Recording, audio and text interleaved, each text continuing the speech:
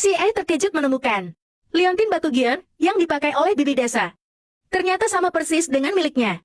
Dia dengan gembira mengeluarkan liontin batu giok dari pakaian. Saat itu dia tiba-tiba tersadar. Wanita desa yang baru saja ditemuinya kemungkinan besar adalah ibu kandungnya sendiri. Maka sang Si A segera memerintahkan asistennya untuk menyelidiki semua informasi tentang bibi desa tersebut. Ternyata 20 tahun yang lalu, seorang anak laki-laki membawa adiknya mencuci pakaian di tepi sungai. Adiknya tidak sengaja terjatuh ke sungai. Tanpa ragu, kakaknya langsung melompat ke sungai untuk menyelamatkan. Namun setelah berhasil menyelamatkan adiknya ke darat, dia malah semakin terperangkap karena kram di kakinya. Kakaknya segera meminta adiknya menariknya keluar.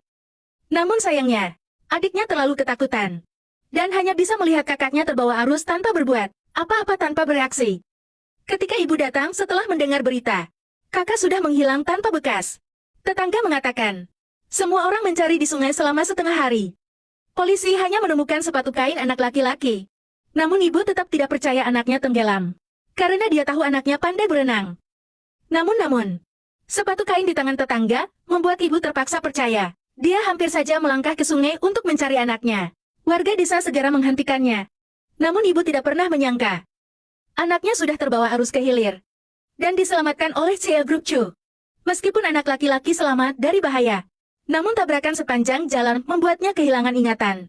Tidak bisa menemukan orang tua anak laki-laki. Dan Ciel juga merasa memiliki ikatan dengan anak ini.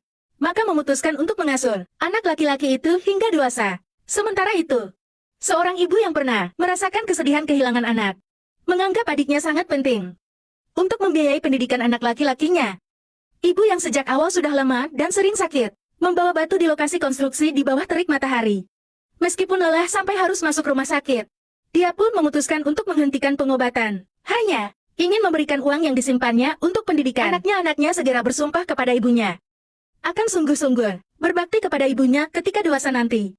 Ingin membawa ibunya tinggal di kota. Namun dunia terus berubah setiap hari. Bagaimana mungkin hati manusia tidak berubah? Waktu berlalu 18 tahun kemudian. Ibu sedang merindukan anak sulung di depan makam. Tiba-tiba seorang warga desa yang lewat bertanya padanya, mengapa tidak menghadiri pernikahan anak kedua?